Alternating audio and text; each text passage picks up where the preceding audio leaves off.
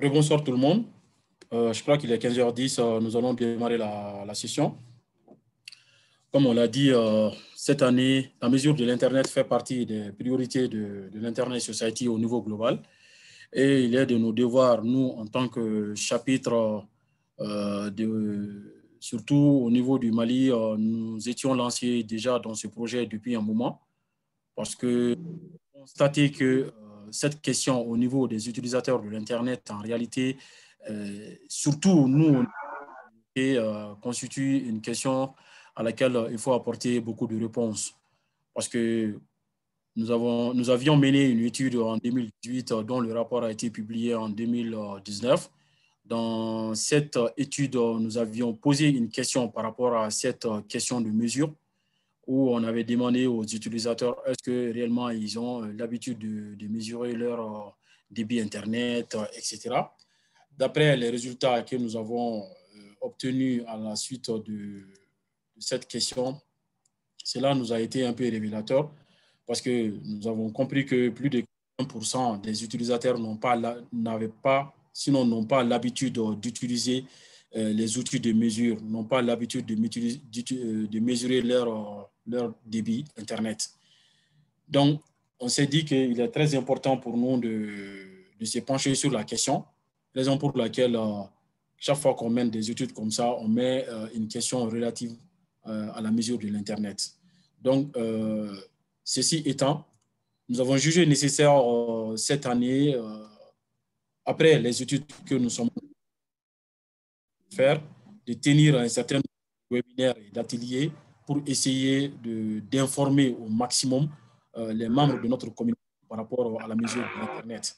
Parce que dans nos différents pays ici, on se met à la mode en disant que nous, dans notre zone, on a de la 3G, dans notre zone, on a de la 4G. Il y a certains même qui parlent de 5G qui n'est pas encore venu chez nous. Mais en réalité, beaucoup de gens ne savent pas, quand on parle de 3G, qu'est-ce que ça représente. Quand on parle de 4G, qu'est-ce que ça veut dire en termes de débit, etc. Donc, il y a beaucoup de questions qui sont en suspens dans ce domaine. En plus de ça, beaucoup de gens également ne connaissent pas les outils qu'il faut utiliser pour mesurer son débit Internet. Alors qu'il y a beaucoup d'outils libres qui existent dans ce domaine, que ce soit des outils mobiles ou bien que ce soit des outils via le navigateur, etc. On a beaucoup d'outils qui sont libres, que l'on peut utiliser. Donc, il est très important pour nous, en tant qu'utilisateurs, de savoir si, par exemple, mon opérateur me fournit une connexion 4G, il faut que réellement que j'ai de la 4G. Au moins, c'est très important pour moi de le savoir, parce qu'on ne peut pas me dire que dans telle zone, on fournit de la 4G, alors qu'en réalité, on n'a même pas le débit équivalent à un débit 3G. Donc, voici un certain nombre de questions qui nous ont poussé à aller dans ce sens. Aujourd'hui, nous allons nous entretenir avec le spécialiste, M. Sidibé Abdelrahman Samba, qui est spécialiste en réseau IP, également en sécurité réseau également. Nous sommes avec Dr Kossi Amissenou depuis le Bénin, et nous avons également Tasnim Broud de ISOC au niveau global, qui est spécialiste des bourses ISOC. Tasnim, bonsoir. Nous sommes très heureux de vous compter parmi nous. Monsieur Kossi également, tout le plaisir est pour nous vraiment de vous accueillir avec nous dans cette session. Donc, comme on a déjà perdu un tout petit peu de temps, qu'à cela ne tienne, nous allons démarrer la session. Sur ce, je passe la parole à l'intervenant Sidibé pour nous dire ce qu'il a pu concocter sur la question. Monsieur Sidibé, vous avez la parole.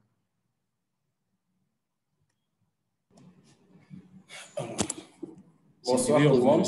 Je ne sais pas si vous êtes en train de parler ou pas. Oui, c'est bon maintenant. Allô? Monsieur Sidibé, on ne vous reçoit pas. Oui, pas. moi, je vous entends parfaitement. Allô? Ça passe pas? Oui, c'est bon. C'est bon?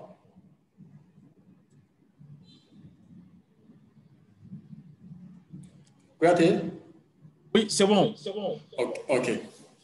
Donc là, je vais essayer de partager mon écran.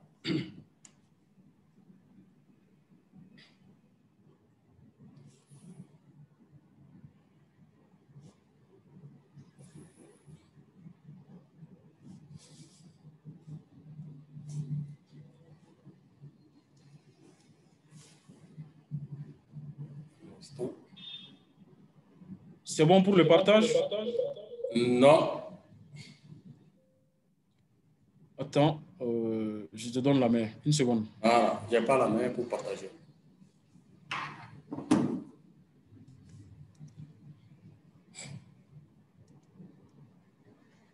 OK.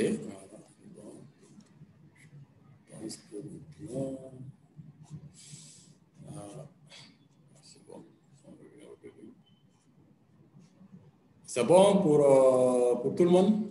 Voilà. Oui. Oui, c'est bon, on peut y aller. OK. Donc, bonsoir tout le monde. Voilà, je suis M. Sidibé, Abdraman Samba Sidibé.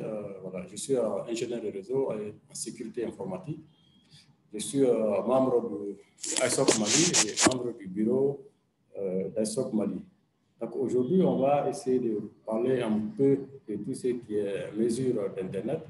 Comme le président l'a souligné au début, en introduction, voilà, à travers nos différentes enquêtes depuis 2018 jusqu'à maintenant. Alors, on s'est rendu compte effectivement que la majorité, en tout cas sur 100 personnes enquêtées, 90-95, voilà, ne savent même pas, voilà, qu'on pouvait mesurer son débit Internet. Et ça, c'est un. De deux, et le peu qui savaient que, voilà, un débit Internet, on peut mesurer, ne savent pas comment mesurer ces débits Internet. Voilà. Et aussi, il y a eu une problématique, c'est que voilà, on se dit aujourd'hui, on a la 3G, on a la 4G, voilà, et on va aller sur Internet, on regarde, on se dit, voilà, avec la 4G, on doit avoir tel débit, avec la 3G, on doit avoir tel débit, des choses comme ça, voilà, et on vient, on mesure. Si on n'a pas ce débit, on se dit, voilà, qu'il y a un souci ou des trucs comme ça, voilà. Maintenant, aujourd'hui, on va essayer de parler de façon globale de tout ça, comprendre réellement, voilà, dans la mesure, les résultats qu'on a, voilà, qu'est-ce que ça représente effectivement, et aussi quels sont les différents débits avec les différentes technologies, voilà, d'accès à Internet.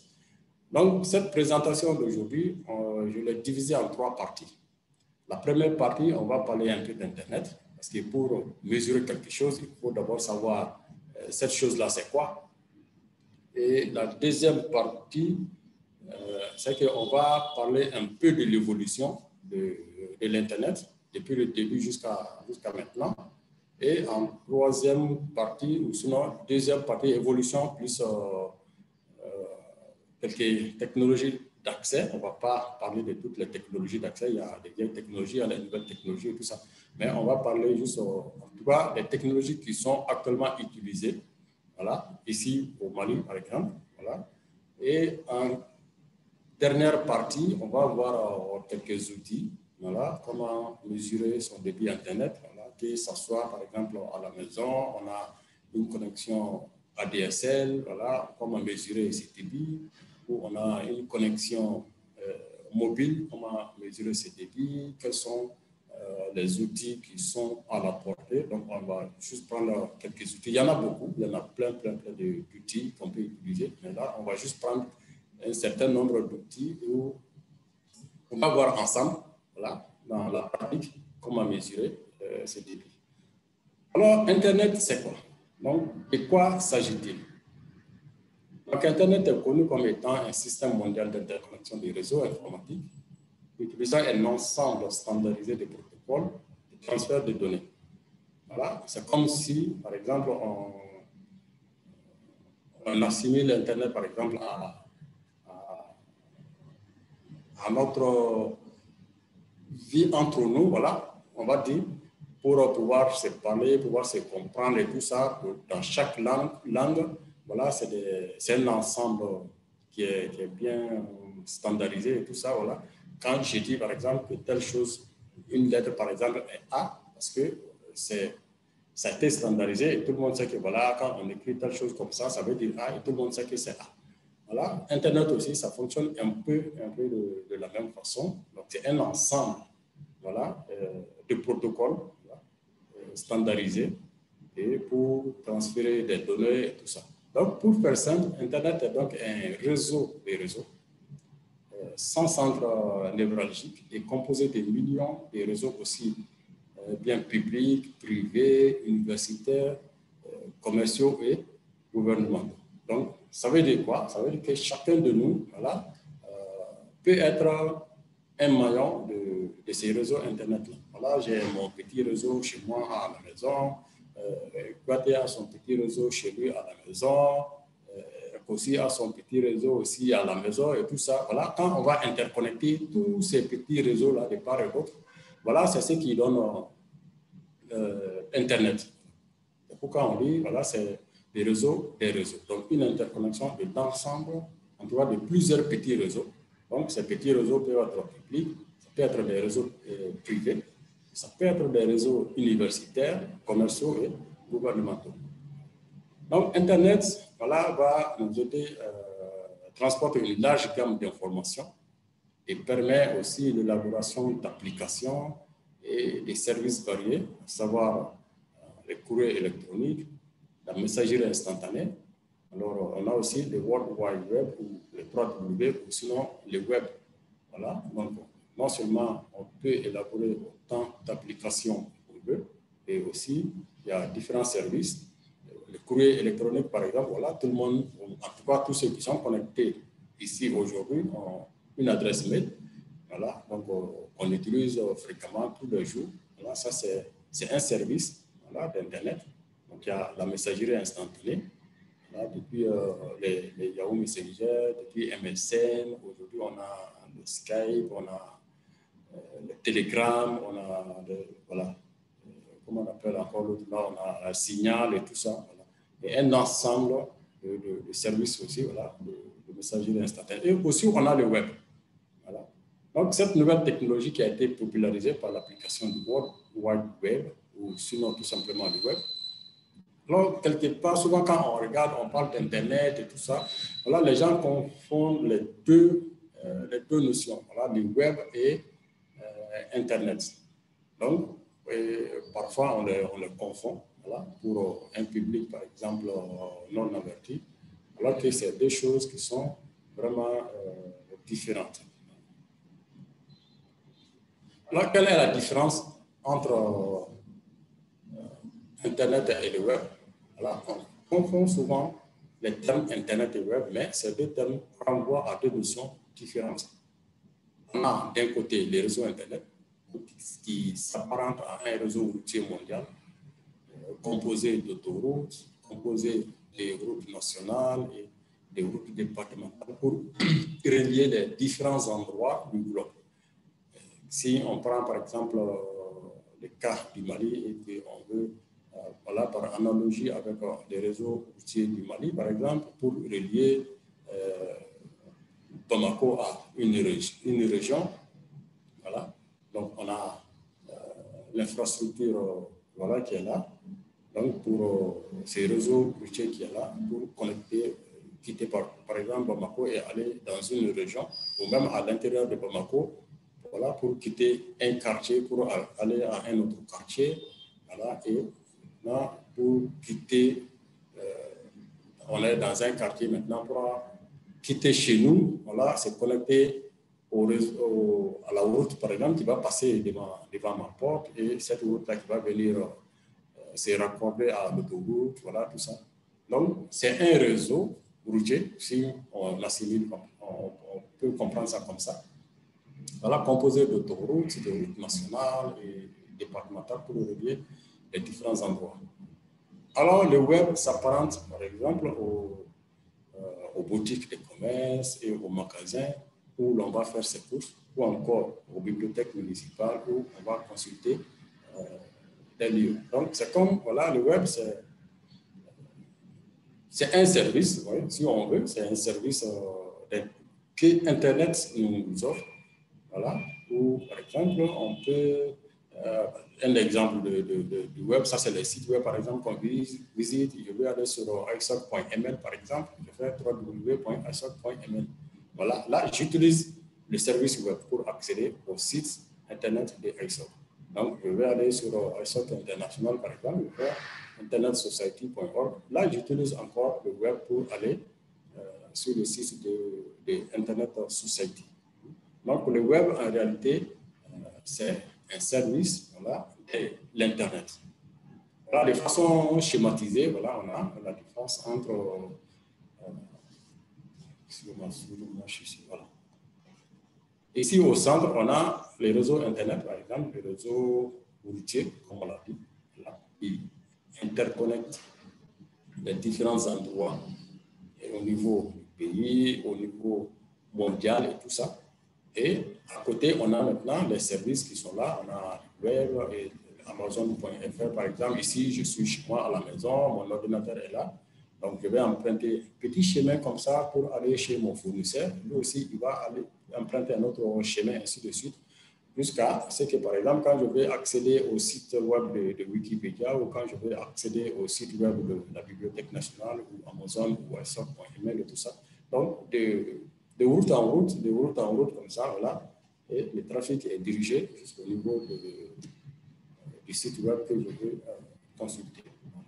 Donc, le web n'est qu'une des applications d'Internet. Comme on vient de le dire, c'est juste une application d'Internet, distincte des autres applications comme la messagerie électronique, voilà, la messagerie instantanée, etc. Alors, le web permet de consulter avec un navigateur et un moteur de recherche, voilà, des pages accessibles sur le site web. L'image de la toile d'araignée, par exemple, vient des hyperliens qui lient les pages web entre elles. Voilà. Donc, on dit la toile, on dit le web, et par analogie, il y en a qui l'appellent aussi la toile, qui fait un peu référence à la toile d'araignée, parce qu'il y a plein de liens. Par exemple, je suis sur le site de iSoc.ml. Voilà. Il y a plein de liens qui me renvoient vers différentes pages. Voilà, vers, par exemple, je veux contacter iSoc Mali qui me renvoie vers une page contact. Je veux consulter l'historique de iSoc Mali, voilà, qui me renvoie vers une page qui va parler de l'historique de iSoc Mali. Je veux voir un peu la composition du bureau, qui sont les membres du bureau et tout ça. Voilà, il y a un lien aussi qui me renvoie vers cette page qui va présenter le bureau. Ou si je vais aller sur le site de iSoc International, il y a un lien aussi qui va me renvoyer. Donc, c'est un ensemble de liens comme ça, voilà, donc, qui renvoie d'une page à un autre, qui renvoie d'une page à un autre, qui ressemble un peu à une toile d'araignée, voilà. En tout cas, par analogie, on peut aussi appeler le web la toile. Alors, le web 2.0 désigne le web interactif, voilà, avec l'ajout de nouvelles fonctionnalités communautaires et collaboratives, comme les blogs, avis consommateurs, flux RS, plateformes d'échange de vidéos, etc., qui se sont développées sur Internet à partir de 2005. Alors, en parlant de Web 2.0, il y en a qui peuvent peut-être se poser la question, s'il y a Web 2.0, alors où est Web 1.0 par exemple? Voilà. Donc, ce qui va nous amener à voir un peu l'évolution du web, donc depuis le début du web 1.0 jusqu'au web 4.0 dont on parle actuellement. Alors, le web investit notre quotidien dans le but de nous faciliter la vie et représente une véritable révolution et influence nos comportements. Au jour d'aujourd'hui, voilà, quand l'État coupe Internet juste pour 1 heure ou 2 heures de temps, là, on sent nettement là, quel effet ça fait sur la population. C'est comme si, par exemple, on est en deuil, un truc comme ça. Là, tellement, voilà, c'est devenu comme une drogue, voilà, en fait. C'est devenu comme une drogue où on ne peut plus s'en passer. Et surtout quand on voit qu'il y a tellement de choses maintenant qui sont en train d'être dématérialisées et tous ces services, voilà, dont on a besoin de tout comme ça. Là, il faut maintenant aller sur le web pour le savoir.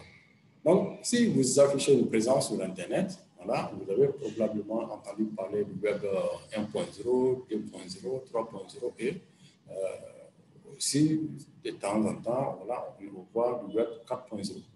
Donc, ce ne sont autres que des termes utilisés pour parler tout simplement de l'évolution de l'Internet, donc du web, depuis le début jusqu'à maintenant. Alors, le web 1.0, donc ça, c'est le début du web traditionnel. Donc, en 91 déjà, Internet prend de l'ampleur et l'un des principaux avantages est la capacité des entreprises à partager des informations. Donc, au début, c'était juste un truc de là où les entreprises utilisaient pour partager des informations. Donc, des outils sont développés afin de permettre aux utilisateurs de trouver de l'information pertinente de manière simple. Voilà. Et l'Internet des années 90, appelé le web traditionnel, est avant tout un web statique. Voilà. Donc, il a pour but principal la distribution d'informations. Donc, on a des informations voilà, qu'on veut mettre à la disposition du public. Voilà. Donc, c'est servait tout simplement du web voilà, pour distribuer de l'information tout simplement. Il n'y avait pas cette interaction voilà, qu'on voit aujourd'hui. Donc, c'était vraiment statique. Donc, les sites sont essentiellement orientés produits et le temps de chargement est lent et le contenu hypertexte plus multimédia, voilà, créé par des professionnels est limité. Ce qu'on est au début, voilà, c'est juste des textes, voilà, quelques images qui sont là, qu'on met à la disposition, juste pour partager l'information qu'on a. Donc, c'est un web passif qui permet à l'Internet de consommer des infos sans grande interaction. Donc, on est juste là, on regarde, voilà, l'info qui passe, on ne peut pas interagir avec, voilà, c'est juste un truc statique bien. Donc, de là, ça a évolué un peu pour nous donner ce qu'on appelle le web 2.0, voilà, encore appelé le web social ou participatif. Là, avec ce web, voilà, donc ce web se dynamise de 2000, entre de 2000 à 2009 et privilégie l'échange et le partage de contenu. Il y a du texte, les images qu'on avait avec le web 1.0. Voilà, les vidéos viennent s'ajouter.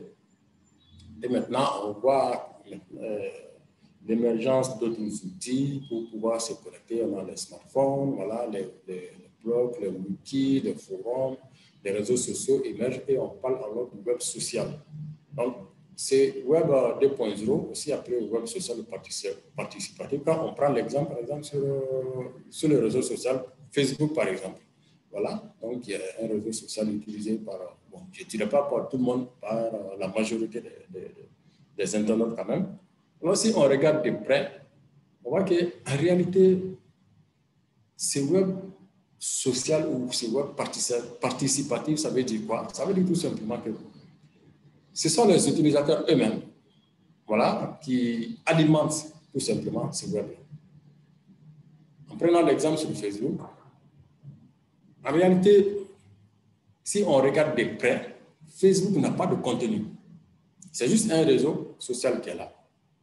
Mais la majorité des contenus de Facebook, ça provient des utilisateurs.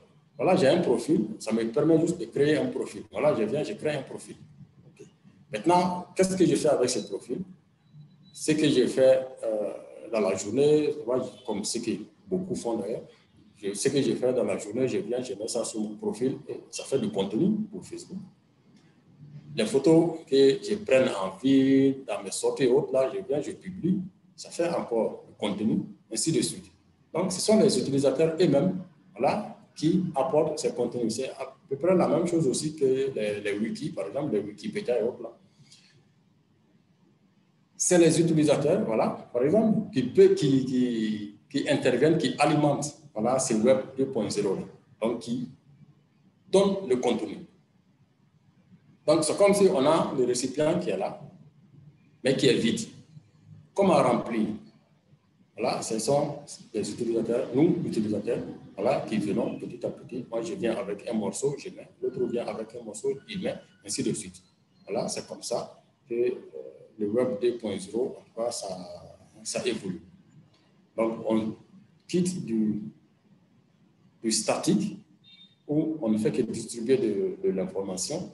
Et maintenant, ce sont les utilisateurs eux-mêmes qui vont apporter du contenu, qui vont apporter l'information et tout ça.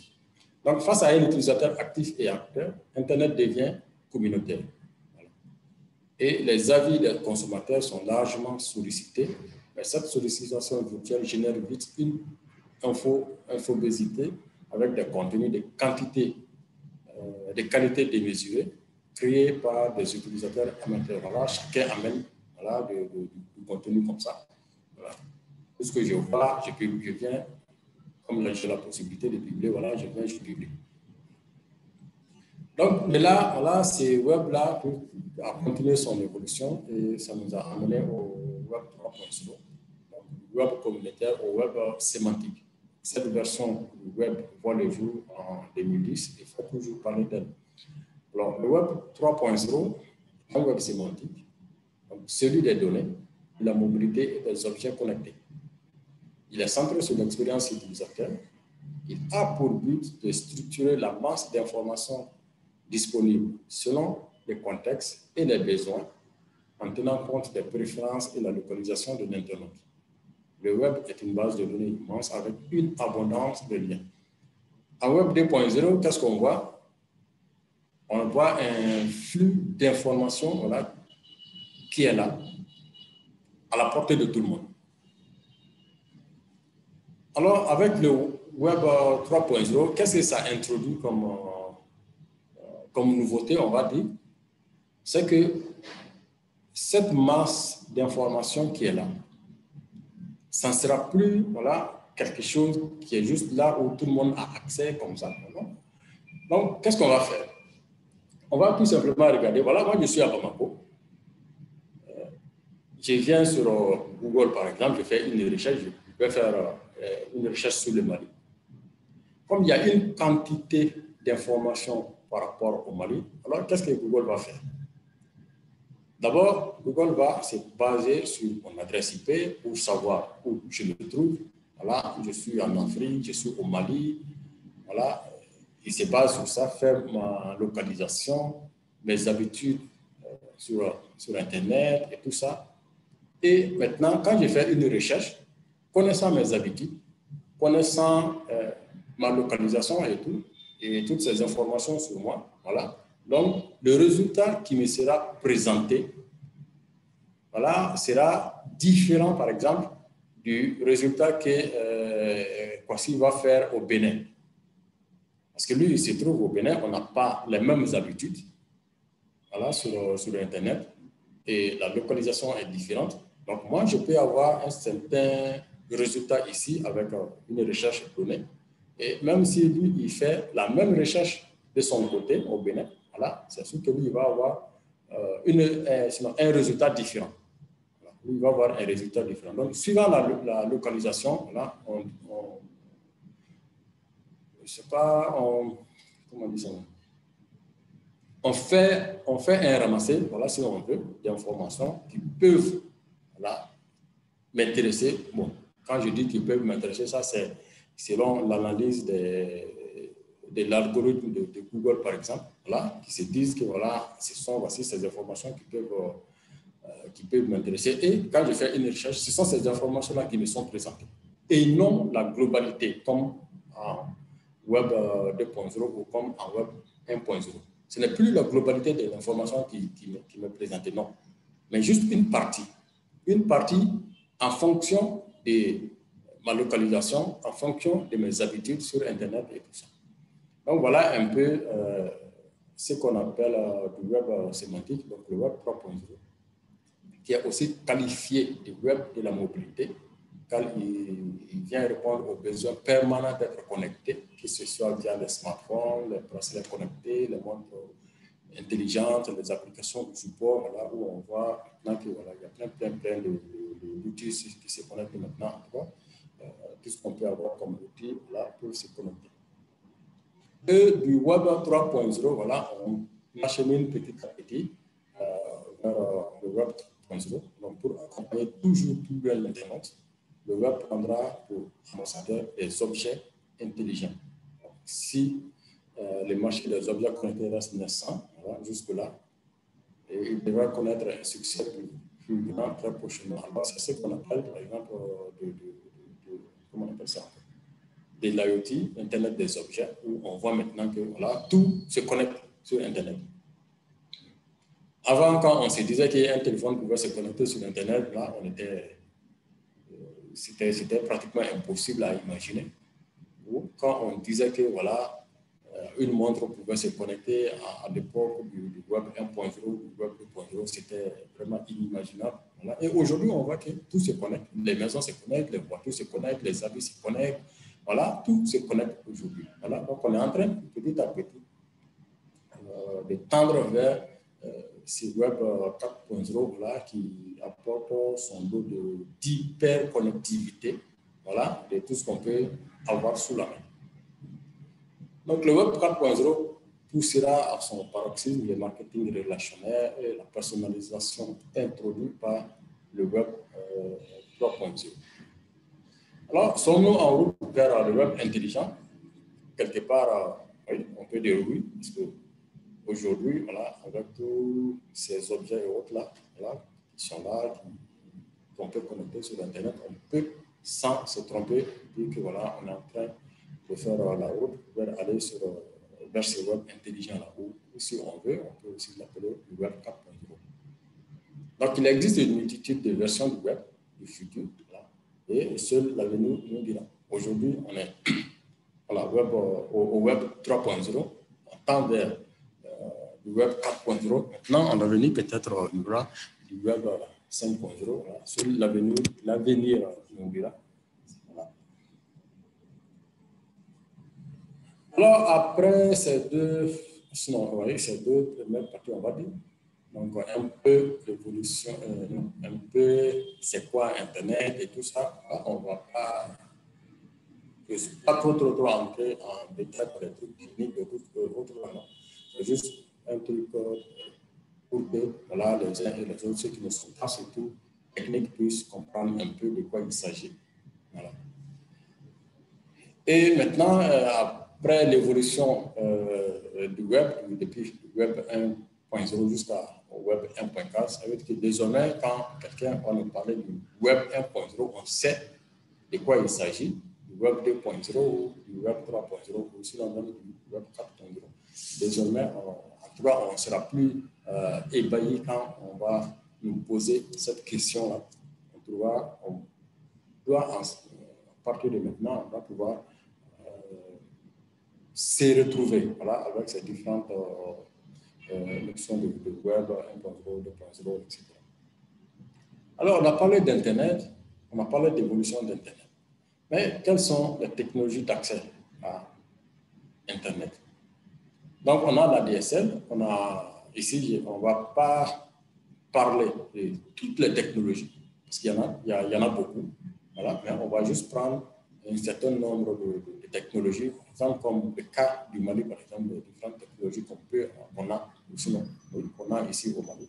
Donc, on va essayer de parler un peu de ces quelques technologies. Donc, on a la DSL, on a du RTC, le câble, la fibre optique, les connexions filaires, on a 3G, 4G, et maintenant 5G qui est en train de venir, même si ce n'est pas encore arrivé chez nous ici. On entend parler quand même que dans tel pays, ils sont déjà allés sur la 5G. On voit ça à la télé, mais on ne sait pas, pour le moment, on ne sait pas encore c'est quoi. Et là, qu'est-ce que ça va nous apporter ici au Mali? Voilà. Et voilà, on a la connexion par onde radio, ou encore par satellite, ou CPL, voilà. Et les solutions d'accès, ça ne manque pas. Il y en a plusieurs. Donc ici, on va juste prendre un certain nombre qui sont des technologies qui sont utilisées ici au Mali. Par exemple, les RTC. Donc, c'est ce qui désigne les réseaux téléphoniques commutés que nous utilisons depuis toujours, ou presque, pour nos conversations téléphoniques. C'est notre réseau téléphonique traditionnel ici. Avec l'assouplement, par exemple, les réseaux téléphoniques de l'assouplement. Donc, c'est ça, les réseaux RTC. Donc, ces derniers, ils sont transmis par des signaux dits analogiques. Voilà, c'est un réseau analogique. Donc, dans les débuts de l'accès à Internet pour le grand public, là, un modulateur, démodulateur ou modem, voilà, est installé généralement dans l'ordinateur de l'Internet et qui opère la conversation entre les modes analogiques et numériques, voilà, de réception ou d'envoi des données. Et je ne sais pas s'il y en a ici qui se rappellent au début de l'Internet ici au Mali, surtout, la Sotelma avait mis un outil, ou sinon un mode d'accès à la disposition du public qui s'appelait Ali. Voilà, accès libre à Internet. C'est comme ça que ça s'appelait. Donc, ça s'appelait Ali. Tant qu'on a une ligne téléphonique à la maison, on a un modem sur notre machine et dispose d'un modem. Voilà, directement, on pouvait mettre la ligne téléphonique sur notre modem, voilà, et on pouvait se connecter comme ça à Internet de façon libre. Je dis libre, mais je n'ai pas dit gratuit. Parce qu'avec cette méthode, avec le RTC, tant qu'on est connecté sur Internet, on occupe voilà, la ligne téléphonique. C'est comme si on est en train d'appeler. Tant qu'on est connecté, voilà, c'est comme si on est en train d'appeler. Et à la fin du mois, voilà, la Sotelma facture. C'est vrai, pour accéder, il n'y a pas de frais à payer. Juste une configuration à faire et tout le monde pouvait faire la configuration. Tant que tu as une machine et que ta machine dispose d'un modem et que tu as une ligne téléphonique à la maison, là, toi-même, tu peux configurer ta machine et tu peux accéder à Internet. Mais c'est à la fin du mois maintenant que voilà, ça va ressortir sur la facture. Donc, voilà. On appelait ça Ali, voilà, accès libre à Internet. Donc, cette technologie offre toutefois des débits très faibles. Voilà. C'était des débits vraiment très faibles. Donc, le maximum théorique, voilà, c'était 56 kilobits. Donc, on ne pouvait pas faire grand-chose avec. Peut-être on a consulté ses mails, regarder les infos et tout ça. Voilà, on ne pouvait pas faire grand-chose à faire, comme par exemple regarder des films, faire des jeux en réseau et tout ça. Donc, le débit maximum théorique, voilà, avec cette méthode, c'est du 56 kilobits par seconde. Alors, on a vu un peu l'évolution de ça aussi, toujours avec la Sotelma. Voilà. Ali, maintenant, on est venu à la DSL. Voilà.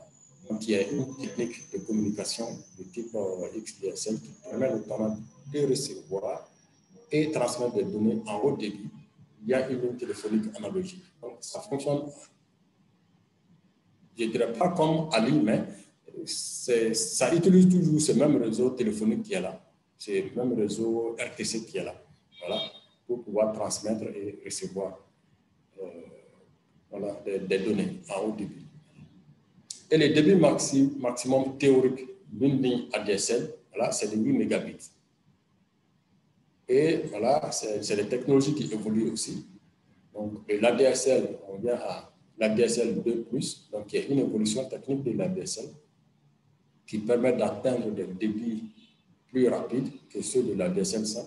Voilà, la vitesse maximum théorique en ligne en ADSL 2+, est de 25 mégabits. Voilà, pour ceux qui se rappellent, au début de l'ADSL ici au Mali, en 2005, voilà, c'était les maximums de débit que les fournisseurs pouvaient donner, voilà, que l'opérateur pouvait donner. Voilà. C'était combien? Si je me rappelle, c'était du 256 kilobits, le maximum que l'opérateur pouvait donner. Donc, ça commençait de 128, de 128, du 512. Le maximum, c'était 512. Ça commençait de 128 à 512 voilà, kilobits que l'opérateur pouvait donner. Ça, c'était en 2005, au tout début de l'ADSL avec l'opérateur. Mais quand on voit aujourd'hui, voilà, où on peut aller, voilà, l'opérateur peut nous donner des débits jusqu'à 8 mégas, 16 mégas. Voilà. Donc, ça veut dire que cette technologie aussi, l'opérateur s'est adapté voilà, à l'évolution de cette technologie où ceux qui ont ADSL chez eux peuvent se connecter un peu sur leur boîtier. Ils vont voir. Désormais, ce n'est pas de ADSL simple que l'opérateur nous donne, c'est de l'ADSL 2+. Donc, c'est une évolution de la CL. C'est pourquoi on peut avoir un peu plus de débit, des débits de 8 mégas, de 16 mégas et de 24 mégas et tout ça. Mais ces débits ici que je suis en train de donner, c'est des débits théoriques. Il faut se dire, c'est des débits théoriques. Voilà. Donc, maintenant, de RTC avec tout ce qui va avec comme ADSL et tout ça, voilà, on va voir un peu, il y a une technologie aussi, ce sont des technologies voilà, qui sont adaptées voilà, pour les appareils mobiles, comme les smartphones, les tablettes et autres, là. Voilà, donc les différents types de réseaux mobiles. Donc, pas toujours évident de décrypter les différents cycles que l'on retrouve affichés en haut des mobiles. Quand on regarde sur son téléphone, on est connecté, on regarde sur son téléphone. Souvent, on voit du 2G, du 3G, du H+, etc. Souvent, on voit ces cycles-là comme ça, mais on ne sait pas réellement qu'est-ce que ça veut dire. Quand je pars dans une zone, par exemple, je me connecte, je regarde, je vois, c'est du 3G qui s'affiche. Je vais dans une autre zone, je vois, c'est du 4G qui s'affiche. Je vais encore dans une autre zone, je vois du H+, du 2G, ainsi de suite. Voilà, ça change de localité en localité. Voilà. Mais qu'est-ce que ça veut dire réellement pour ces trucs-là? 2G, 3G, H+, tout ça, tout ça. Qu'est-ce que ça veut dire? Donc, ces acronymes font partie de notre quotidien. Et pourtant, certains restent peu connus. Donc, si la 3G et la 4G et H+, nous semblent familiers, il n'existe en réalité pas moins de 7 réseaux mobiles. Mais les plus connus ici, quand on parle de connexion mobile, là, tout le monde connaît la 3G. Tout le monde connaît la 4G. H+, peut-être quelques-uns connaissent. Mais en dehors de ça, il y a d'autres encore. Comme par exemple les réseaux 2G, GSM, GPRS et Edge. Pour ceux qui ont des puces Orange, par exemple, je ne sais pas si vous l'avez remarqué, voilà, si vous avez un smartphone, dès que vous mettez la puce sur le téléphone et que vous partez dans les paramètres réseau mobile, et vous allez voir que par défaut, voilà, Orange configure voilà, notre smartphone où on va voir du GPRS, voilà, ou MMS, des trucs comme ça. Donc, c'est des paramètres voilà, comme ça que dès qu'on met la puce sur notre téléphone, pratiquement, le téléphone surtout configuré avec ces paramètres-là. C'est la même chose avec l'autre opérateur aussi. Bon, le troisième opérateur, je ne sais pas trop parce que là, je n'ai jamais utilisé leur réseau, je ne sais pas trop comment ça se passe. Sinon, avec l'autre opérateur aussi, Manitel, c'est à peu près la même chose, sauf que ce n'est pas automatique chez Manitel. Donc, pour le faire, voilà, il faut faire la demande. Et maintenant, il nous envoie les paramètres et on va les enregistrer. Donc, on a ces réseaux DG, donc seconde génération de réseaux mobiles, donc, qui marquent le passage de l'analogie avec tout ce qui est RTC, tout ça, où on s'appelle tout simplement pour parler et tout ça. Donc, ça marque le passage de l'analogie au numérique. Donc, en d'autres termes, cette seconde génération permet l'envoi des premiers SMS et MMS. Quand on regarde le réseau RTC de la Sotelma, donc à la maison, voilà, où il y a un câble, un fil qui vient jusqu'à la maison depuis le poteau téléphonique, et ça vient jusqu'à la maison et ça vient se brancher sur le boîtier du téléphone. Avec ce téléphone, à part appeler, on ne pouvait rien faire d'autre avec. On ne peut pas envoyer des SMS, on ne peut pas envoyer des MMS, on ne peut rien faire, à part juste composer des numéros de correspondants et parler. Donc, on peut dire, voilà, ça c'est la première génération. Et maintenant, la deuxième génération, on voit l'introduction maintenant des SMS. Et aujourd'hui, tout le monde connaît SMS. Voilà. Tout le monde envoie des SMS.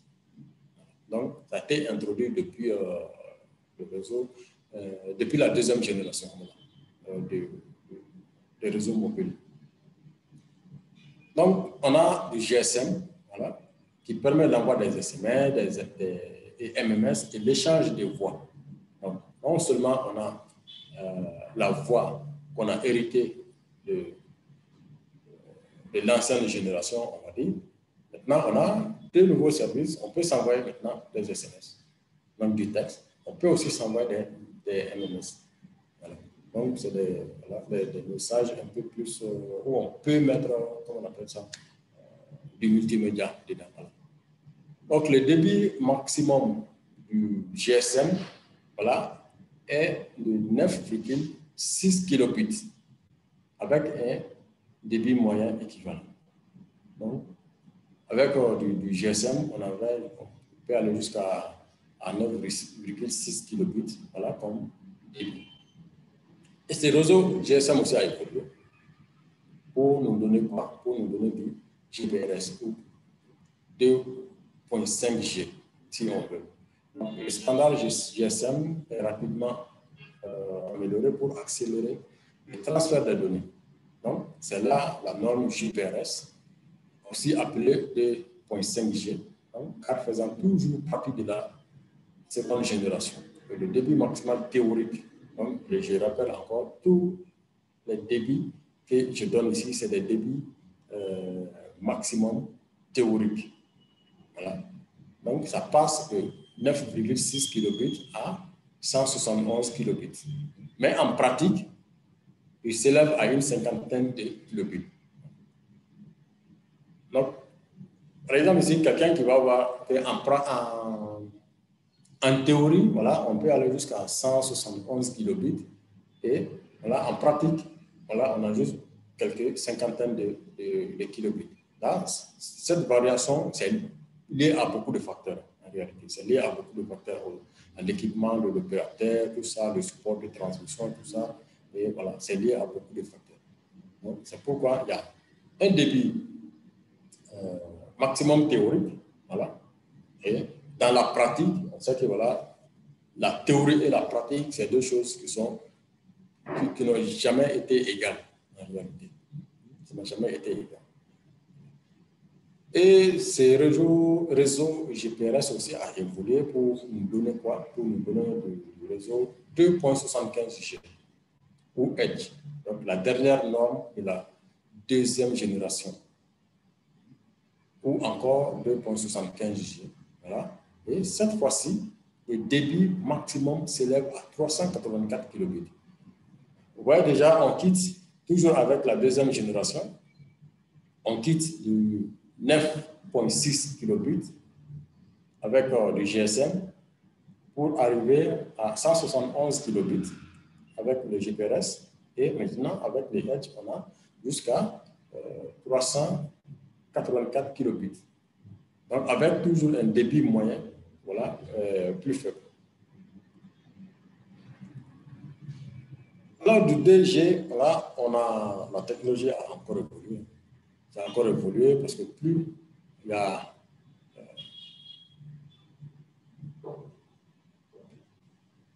de nouveautés, voilà, plus ça va introduire d'autres besoins. Voilà. Donc, les besoins s'agrandissent et tout ça. Donc, jusqu'à, voilà, cette technologie-là va arriver vraiment à sa limite. Voilà. Donc, maintenant, il faut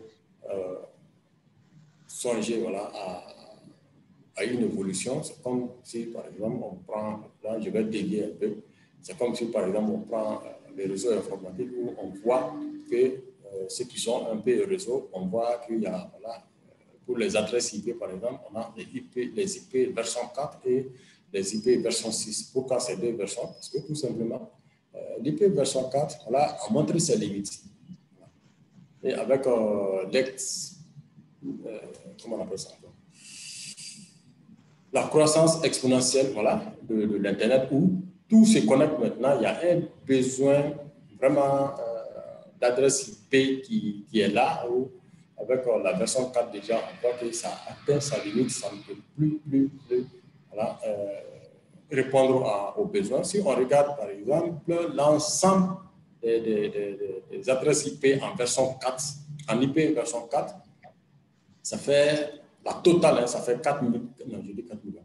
Ça fait 4 milliards quelque chose. Or, quand on regarde la population mondiale, on est jusqu'à 7 milliards et plus. Donc, on voit déjà qu'avec la version 4 de l'IP, il y a à peu près 3 milliards de personnes qui ne sont plus connectées. Parce qu'il n'y a plus d'adresse pour eux, pour ces personnes-là, pour pouvoir se connecter. Donc, c'est à peu près la même chose. C'est ce qui a amené à développer cette version, une nouvelle version, là, qui est la version 6, pour que voilà, ces 3 milliards de personnes qui sont là puissent au moins avoir aussi des adresses IP pour pouvoir se connecter. C'est à peu près la même chose avec le réseau et les réseaux mobiles aussi. Les réseaux 2G ont montré ses limites. Qu'est-ce qu'il faut faire? Il faut évoluer tout simplement. Voilà. Là, avec ces nouvelles normes qui sont là, ces nouvelles technologies qui sont là, voilà, qui va voir un peu l'introduction, sinon l'arrivée de la 3G. Donc, qui est la troisième génération des réseaux mobiles, donc qui succède à la 2G et offre quant à elle des débits bien plus élevés, donc permettant d'accéder à Internet un peu plus rapidement. Il est ainsi plus possible de surfer sur Internet, de regarder des vidéos ou encore télécharger des jeux et musique. Avec la 2G, on ne pouvait pas faire.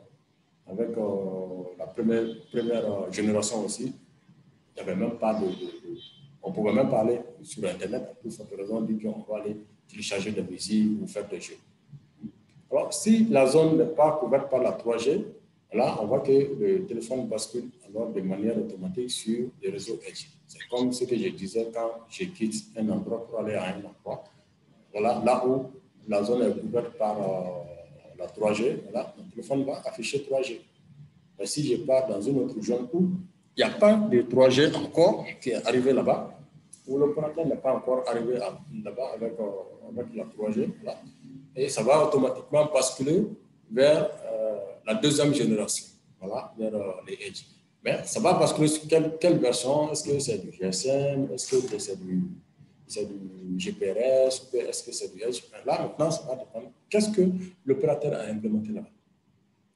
Donc, si c'est du Edge que l'opérateur a implémenté, il n'y a pas de souci, ça va aller sur du Edge. Si c'est du GSM, ça va aller sur ça. Ou si c'est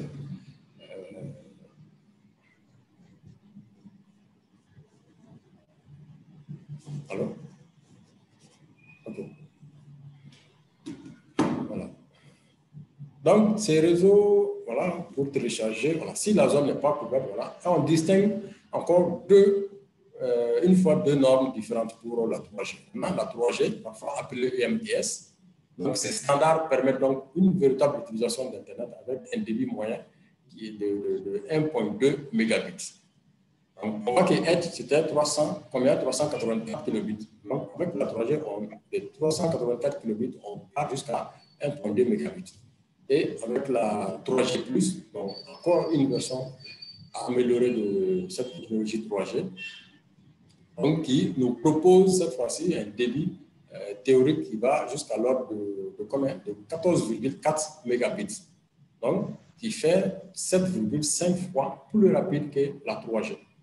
Et là, en ce moment, on évoque parfois, on évoque la 3G++, donc avec un débit théorique, voilà, de 21 mégabits. Donc, on a la 3G, la 3G+, voilà, il y a aussi la 3G++ qui est encore une version un peu plus améliorée de la 3G+, qui nous offre un débit théorique.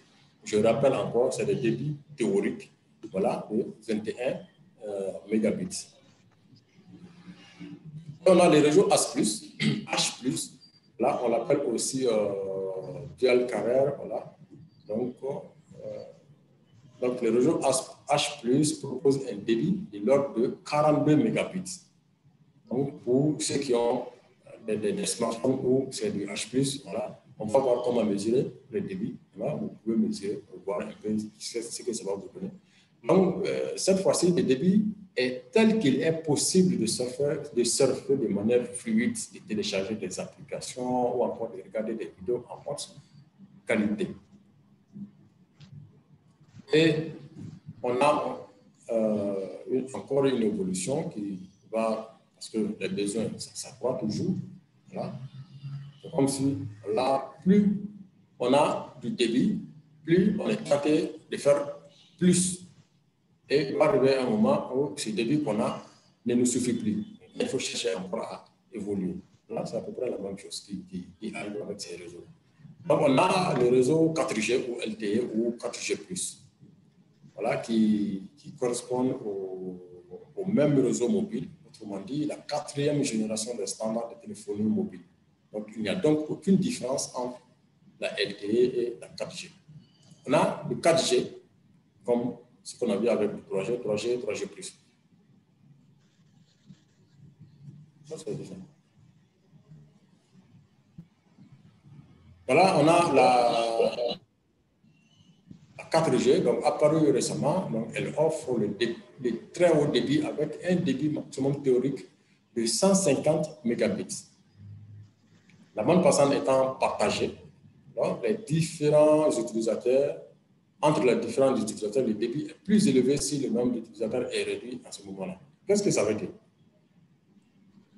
C'est que, voilà, quand on dit que le débit maximal théorique, c'est de 150 mégabits. Cela ne veut pas dire que voilà, chaque utilisateur va bénéficier de 150 mégabits. Non, ça c'est théorique.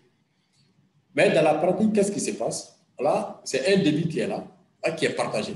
C'est comme ceux qui utilisent, ou sinon qui utilisaient, ou sinon qui utilisent toujours même les box de Orange. Voilà. Par exemple, les Flybox et autres, là, au début, les box de Orange. Je ne sais pas si ceux qui l'ont utilisé ont remarqué, c'est qu'à certaines heures de la journée, on voit que c'est lent. Maintenant, vers le soir, ça commence à être un peu plus rapide. Maintenant, le soir, vers 19h, 20h, voilà, ça commence à être un peu plus rapide parce qu'il y a moins de personnes qui se connectent parce que on va dire c'est l'heure de dormir, voilà. Il y a beaucoup qui se bougent. Maintenant, pour vraiment bénéficier voilà, de ça, c'est jusqu'aux environs de 23h, minuit, 1h ou 2h du matin. Là, vraiment, c'est vraiment fluide. Parce qu'à minuit, 1h, 2h du matin, ça trouve qu'il y a sur 100 personnes, 80 sont déjà couchées. Donc, comme c'est un débit partagé, voilà, chacun vient prendre un peu de temps. Donc, si moi, je ne l'utilise plus, voilà, ce que moi, j'ai pris dedans, ça sera rajouté aux autres. Maintenant, l'autre, là aussi, ne l'utilise plus. Ce que lui, il avait pris, ça va venir s'ajouter pour les autres, ainsi de suite. Jusqu'à vers minuit, 1h du matin, on voit que c'est vraiment fluide. Et quand on regarde ces box-là, souvent, on va dire, voilà, avec la box, il y a un débit de 4 mégas, par exemple. On va dire, voilà, il y a un débit de 4 mégas. Oui, il y a un débit de 4 mégas. Mais tu vas voir les 4 mégas là comment. Ce n'est pas que c'est un débit dédié que, voilà, à chaque instant que tu vas allumer, que tu as du 4 mégas. Non. C'est qu'au moment où c'est fluide, tu peux bénéficier d'un bon débit qui peut t'amener jusqu'à 4 mégas. Mais ce n'est pas du 4 mégas dédié pour dire que voilà, à chaque instant, à l'instant T, quand tu mesures, voilà, tu as 4 mégas. Non, ce n'est pas ça. C'est un débit qui est là, qui est partagé pour tout le monde. Voilà. Comme on prend un taxi, voilà, où 2, 3 passagers entrent dans le même taxi. Donc, le taxi n'est pas là uniquement pour moi seul. Non. Il y a d'autres clients qui entrent. Donc, voilà, c'est un truc partagé. Voilà. Quand les autres là vont descendre, voilà, maintenant, je peux profiter du siège comme je veux. Tant qu'eux, ils sont là, je suis obligé de m'arranger d'un côté. Donc, on a la 4G+, donc le débit est encore amélioré puisqu'il atteint 1 gigabit par seconde. Autrement dit, 10 fois mieux que le réseau 4G qui atteint en pratique une moyenne de 100 mégabits. Ici, je dis en théorie, on va jusqu'à 100 mégas, à 150 mégas. Voilà, en pratique, maintenant, dans la pratique, voilà, on peut aller approximativement, on peut s'approcher jusqu'à 90, 95, 100 mégas, un peu comme ça.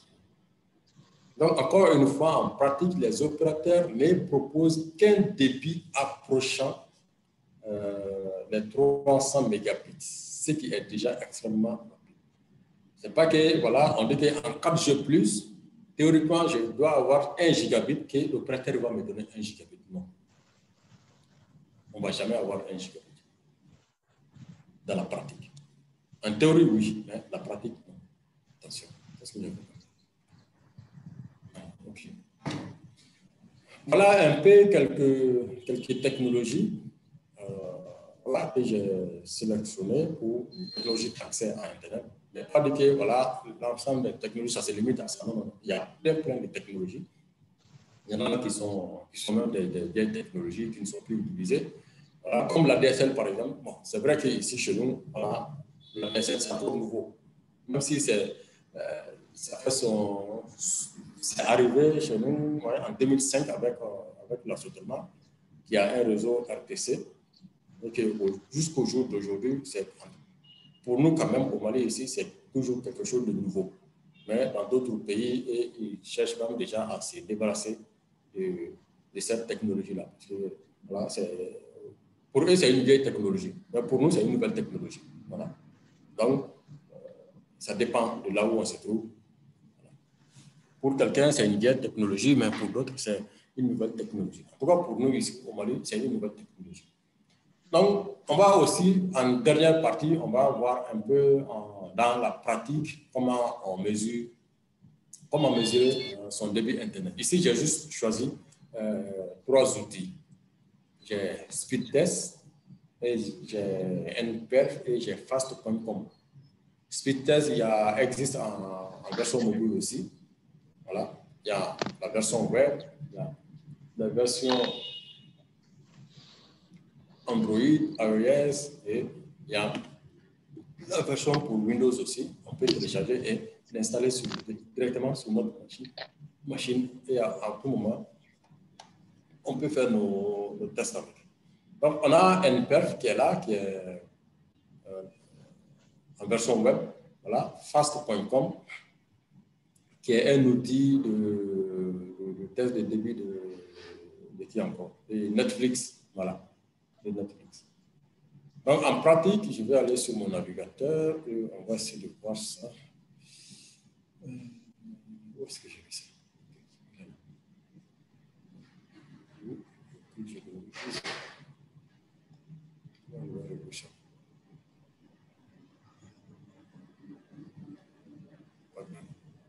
Ça comme ça. Alors, ici, on va commencer par test.com. Test.com est là, quand je le lance automatiquement, voilà, ça va calculer mon débit. Actuellement, je suis connecté avec la box Orange, la box, comment ça s'appelle ça? Sobox, voilà. Sobox de Orange, voilà, ça m'affiche un débit de 38 mégabits.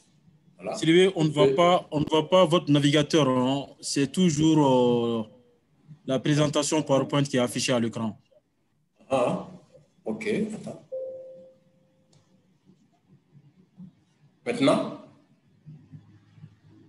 Maintenant, c'est bon? Oui, c'est bon.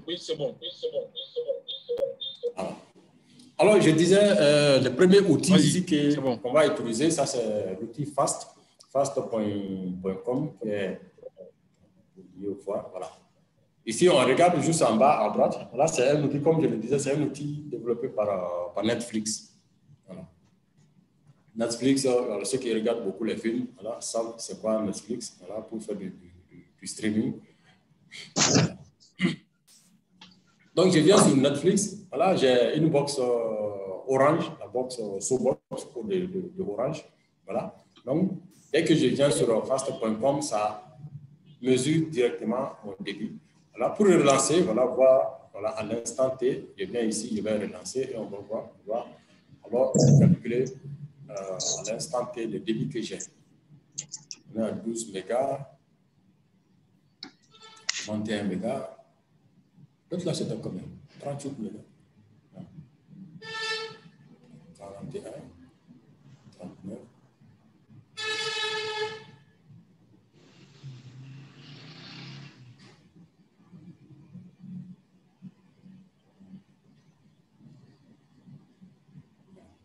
Donc, ça me donne toujours 38 mégabits.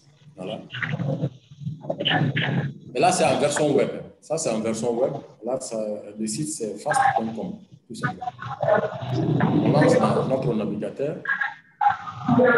Notre navigateur fast.com et directement ça mesure le taux de débit.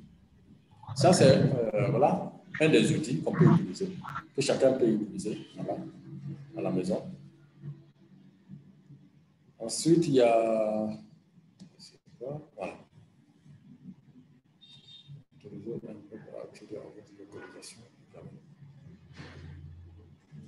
Donc, ça, c'est NPerf en version web. Voilà. Quand je viens sur nperf.com, voilà, donc là, je peux juste lancer directement le test. Voilà, je lance. Et on va voir qu'est-ce que ça va nous donner.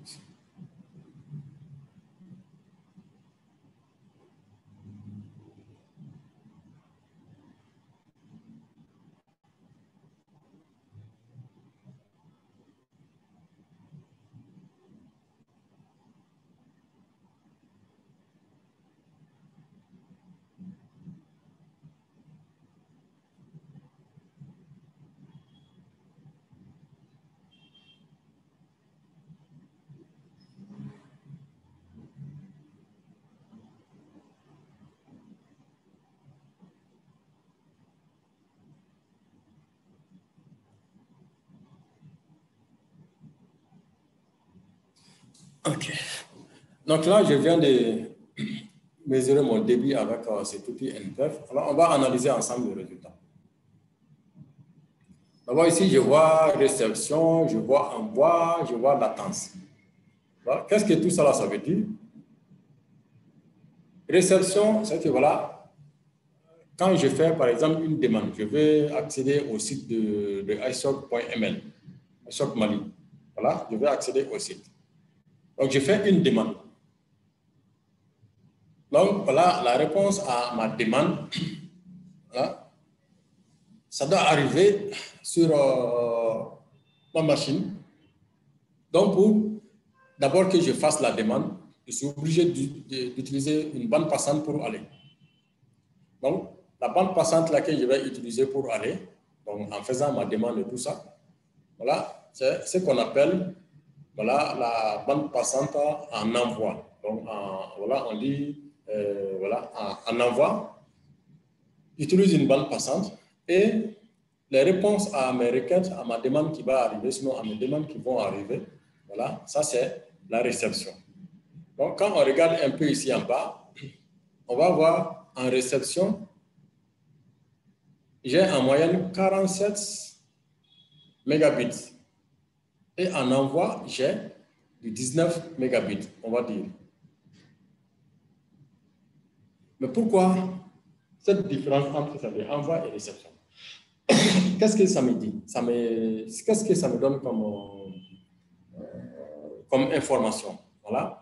Pour ceux qui sont un peu plus techniques, voilà, ça me dit ici tout simplement que, sinon ça me montre aussi tout simplement que voilà, il y a une connexion asymétrique. Asymétrique, ça veut dire quoi? Ça veut dire que la bande passante que j'ai, parce que je fais une demande et je dois avoir une réponse, demande et réponse. Donc, ça veut dire que je dois avoir au moins la bande passante pour aller et la bande passante pour le retour. Donc, débit asymétrique veut dire tout simplement que voilà, ces deux bandes passantes-là ne sont pas les mêmes. En débit asymétrique, voilà, c'est la bande passante qui arrive chez moi, donc en réception. Ça, c'est toujours supérieur à la bande passante que je vais utiliser pour envoyer. Par exemple, je suis juste avec ma machine. Voilà, je n'ai pas de service à offrir, rien du tout. Alors qu'en réalité, qu'est-ce que j'ai fait? J'ai juste besoin des services. Moi, je n'offre pas. Voilà, j'ai besoin du site de iSoc, je vais aller chercher iSoc, du site de iSoc. J'ai besoin d'aller regarder un film, je vais aller sur Netflix et autres. Donc là, je fais une demande. Raison pour laquelle, voilà, l'opérateur, par défaut, c'est de l'asymétrique qu'il me donne. Mais si j'ai des services à offrir, par exemple, j'ai un serveur chez moi où moi aussi je permets à d'autres de pouvoir regarder des films que je produis ou je stocke ça sur mon serveur chez moi à la maison. Voilà. Et là, je peux demander à mon opérateur, cette fois-ci, de me donner un débit symétrique. Voilà. Ça veut dire que ce que j'ai à la réception, c'est ce que je vais avoir aussi à l'envoi. Alors ici, on regarde un peu, on voit choix du serveur, on voit Conakry, voilà. Alors, qu'est-ce qui se passe? cet outil, voilà, il va d'abord, avant d'arriver là, il y a une information ici. L'outil, il me dit, voilà, que mon opérateur s'appelle Orange Mali. Type de connexion, voilà, on n'arrive pas à déterminer est-ce que c'est de la DSL ou est-ce que c'est de la 4G ou autre. Voilà, il n'arrive pas à déterminer. Il me dit ici que mon adresse IP, version 4, voilà, c'est du 41 73 99 158. En IPv6, comme je l'ai dit, voilà, il n'en a pas parce que l'opérateur n'a pas implémenté peut-être la version 6 de l'IP. Voilà. On a ASN. ASN, c'est un numéro qui est activé à chaque opérateur, voilà, pour identifier l'opérateur de façon mondiale, de façon globale. Voilà. Et il me dit ici que les navigateurs que j'utilise, c'est Firefox et la version 88 de Firefox. Et j'ai un Windows 10 64 bits. Voilà. Et donc, il me donne ces informations. Maintenant, pour tester ma connexion à Internet, qu'est-ce qu'il va faire? Il ne va pas aller sur, comment on appelle, sur un serveur, par exemple, de Orange, non. Il va aller, là, choix des serveurs, il est allé sur un serveur en Guinée-Conakry, un serveur de Skyvision, donc un opérateur de la Guinée. Donc, il va maintenant mesurer la bande passante, ma bande passante entre Orange, voilà, mon fournisseur, et cet opérateur guinéen qui est Skyvision. Pourquoi il fait ça? Parce que tout simplement, si il calcule, sinon il mesure la bande passante entre Orange et moi, là, il va me donner un résultat qui sera erroné. Erroné comment? Parce que tout simplement, l'Internet que moi je cherche, l'Internet que moi je veux ne se trouve pas chez Orange. Non. L'Internet ne se trouve pas chez Orange. Mais Orange est juste une passerelle pour moi. Alors, si je dois mesurer ma bande passante, je ne vais pas mesurer entre Orange et moi, non. Je peux mesurer entre Orange et moi, ça va peut-être me dire que j'ai du 100 mégabits. Ça, c'est entre Orange et moi. Et là, comme je suis client de Orange, j'utilise les réseaux de Orange. Voilà, nous sommes voilà, dans un même réseau, voilà, qui est le réseau de Orange. Donc, entre nous, il peut ne pas avoir de restrictions. Ça peut m'afficher du 100 mégabits. Mais ce n'est pas le résultat réel qui va me dire que bon, voici ma bande passante. Non. Maintenant, pour voir réellement quelle bande passante j'ai, je dois sortir, aller en Guinée-Conakry si je veux, voilà, comme cet outil à sélectionner, ou je peux aussi, voilà, si je veux, je ne vais pas aller avec la Guinée, je peux choisir n'importe où, voilà. Par exemple, ici, Bali, ça c'est où, je ne sais pas. Jakarta, par exemple, voilà un serveur, voilà, à Jakarta, ça c'est où encore. Donc, je peux relancer encore et ça va calculer mon débit entre Orange et cet opérateur qui se trouve à Jakarta. Et il va m'afficher. Et c'est comme ça qu'il faut mesurer sa bande passante. Malheureusement, qu'est-ce qui se passe? Et sinon, qu'est-ce qu'on constate? Là, quand on demande à notre opérateur, par exemple, non, on a des problèmes avec notre débit Internet et tout ça, la première des choses, l'opérateur nous donne son propre outil. L'opérateur nous donne son propre outil. Donc, on teste avec l'outil de l'opérateur et on se trouve que, voilà, par exemple, on a demandé du 50 mégas avec l'opérateur. On se plaint de la lenteur et tout ça, l'opérateur nous donne son outil. On mesure avec l'outil de l'opérateur, on va par exemple voir que là, c'est 80 mégas qui sort. Ou c'est 90 mégas qui sort. Alors, si on est confronté à un truc comme ça, on ne sait plus. Ah, pourtant, j'ai une lenteur, mais pourtant, ce que l'opérateur me donne même est plus que ce que moi j'ai demandé. J'ai demandé du 50 mégas, pourtant c'est du 80 mégas qui sort. Qu'est-ce qui se passe? Alors c'est simple, parce que c'est l'outil de l'opérateur que j'ai tout simplement utilisé.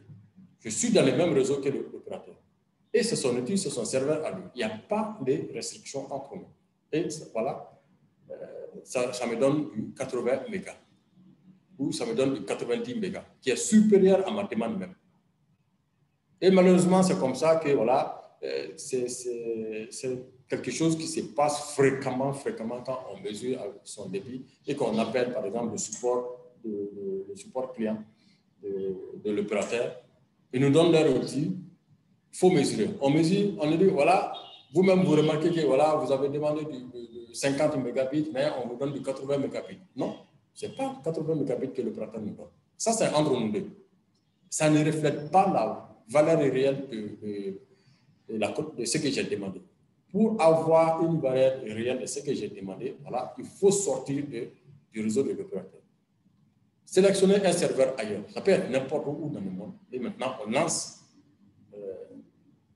notre mesure. Et ce qu'on va avoir en ce moment, voilà, c'est ça la valeur de mon débit Internet. Donc ça, c'est le deuxième outil, NPERF. Voilà, on a un troisième outil aussi, comment ça s'appelle, Speedtest. Speedtest, ça existe en version Windows qu'on peut télécharger et installer sur sa machine. Ça existe en version Android, en version, voilà, en version c'est ici, en version Windows, macOS, iOS, Pro, tout ça, Android, voilà. Il y a différentes versions qu'on peut télécharger. Ça fonctionne à peu près comme NPERF, voilà. Ici aussi, voilà, ça me dit je suis chez Orange, je suis client de Orange avec mon adresse IP.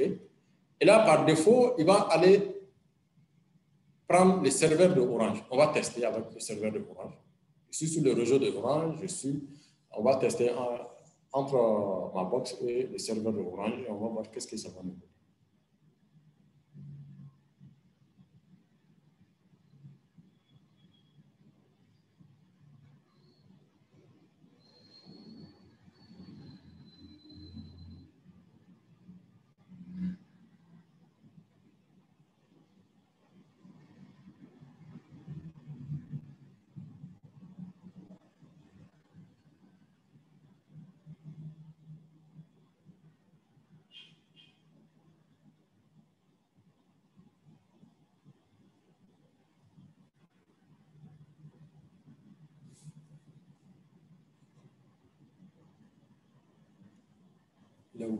Voilà.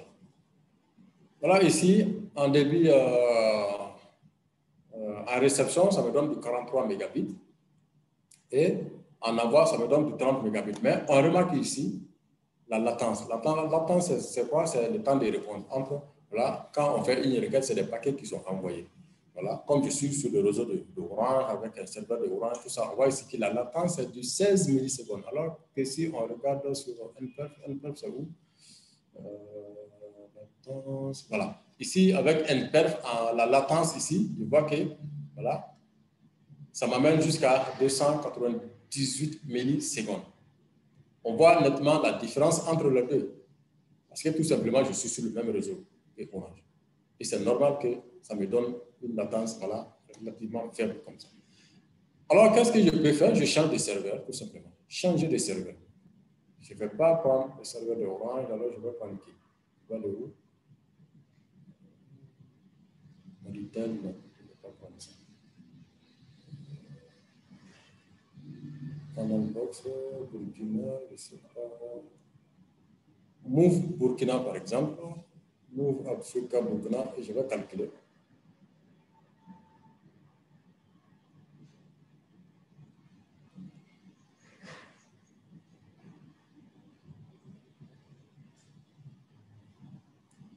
Alors déjà ici, la latence avec les serveurs de Orange, ça me donnait 16 millisecondes.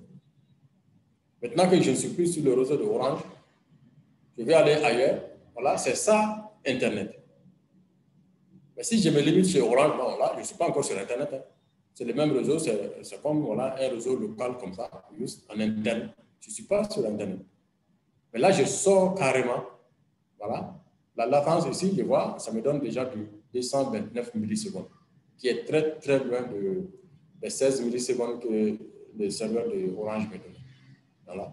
Et ici, je vois en débit descendant et en débit ascendant. Voilà. j'ai du 10 mégabits, ici c'est du 29 mégabits.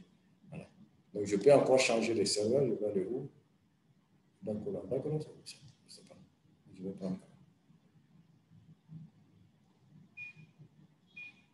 Donc on va tester.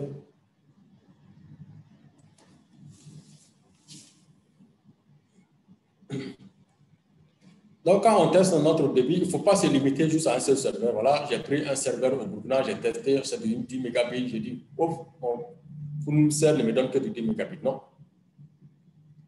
Comme je l'ai dit, ça varie, ça peut, comment on dit, il y a beaucoup de paramètres voilà, qu'il faut prendre en compte. Donc, il faut tester avec différents fournisseurs à travers le monde. Burkina, Côte d'Ivoire, je suis libre, je peux aller en Europe, je peux aller aux États-Unis, je peux aller n'importe où. Tant que voilà, je change tout simplement de serveur, je peux prendre des serveurs au hasard comme ça à travers le monde. Et maintenant, je vais comparer les différents résultats. Voilà, avec cet opérateur-là qui se trouve où? À Dakola, oui, c'est ça, qui est à Dakola par exemple. Voilà, la latence, c'est du 219. Voilà, on peut dire, avec l'opérateur de Burkina, par exemple, j'étais à 229. Ici, je suis à 218. OK. Là, il n'y a pas, on peut dire qu'il n'y a pas une trop grande différence. OK. Mais côté débit, on regarde. Regardons. J'avais du 10 mégabits en descendant. Or, ici, j'ai 45 mégabits. Et en débit montant, j'avais combien ici de l'autre côté avec le Burkina? Je pense que c'était dans les environ de 30 mégabits. Et ici, j'ai du 29 mégabits. Donc, en ascendant, on peut dire qu'il n'y a pas de souci. Mais en descendant, voilà, on voit que ça fluctue. Souvent, ça monte, souvent, ça descend, ça monte, ça descend, ça descend. Parce que je n'ai pas un débit dédié, tout simplement. C'est un débit partagé. Voilà. Plus il y a d'utilisateurs, plus ça diminue. Et quand quelques utilisateurs se déconnectent, voilà, ça va monter. Voilà. Donc, il y a la version iOS, la version Android. Voilà, on peut les télécharger sur notre smartphone, sur notre machine, tout ça. Voilà, et on peut tester maintenant désormais notre débit. Voilà. Et on fait la comparaison avec les versions, bon, je ne dis pas les versions, mais la valeur théorique, sinon les valeurs théoriques. Voilà. Avec la 4G, voilà, théoriquement, voilà, on peut aller jusqu'à 150 mégabits. Mais ici, dans la pratique, on voit que c'est une box 4G de Orange que j'ai. Voilà. Dans la pratique, on voit que voilà, on n'atteint même pas les 100 mégabits. Donc, pour dire simplement que la pratique et la théorie, là, souvent, il faut faire attention. Donc, voilà, en gros, ce que j'avais prévu. Voilà, en gros, ce que j'avais prévu. On a vu speed test, voilà. Donc, en gros, ce que j'avais prévu pour cette session, voilà, avec ces 3 outils. Mais il y a plusieurs autres outils sur Internet. Voilà. Plusieurs autres outils sur Internet. Maintenant, il y a des outils qui sont adaptés. Voilà, quand on veut tester une connexion mobile, par exemple, voilà, je peux télécharger Speedtest en version mobile sur mon smartphone. Et là, je peux tester ma connexion mobile. Voilà, quand je suis en entreprise, par exemple, sur mon réseau local en entreprise et tout ça. Il y a d'autres outils voilà, qui sont là, que je peux utiliser, qui sont adaptés pour un réseau en entreprise et tout ça. Voilà.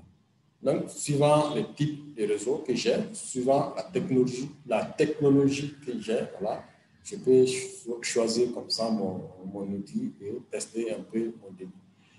Et tester, mesurer par exemple son Internet ne se résume pas seulement ou sinon uniquement à voilà, j'ai tel débit, j'ai pas tel débit. La variation du débit, ça prend plusieurs facteurs en compte. Voilà, je suis en entreprise, par exemple, ou même pas en entreprise, je suis là. Ma machine, par exemple, est en train de faire des mises à jour ou voilà, je suis en train de télécharger, par exemple, des films voilà, sur, comment ça s'appelle encore, uTorrent ou un truc comme ça. Voilà.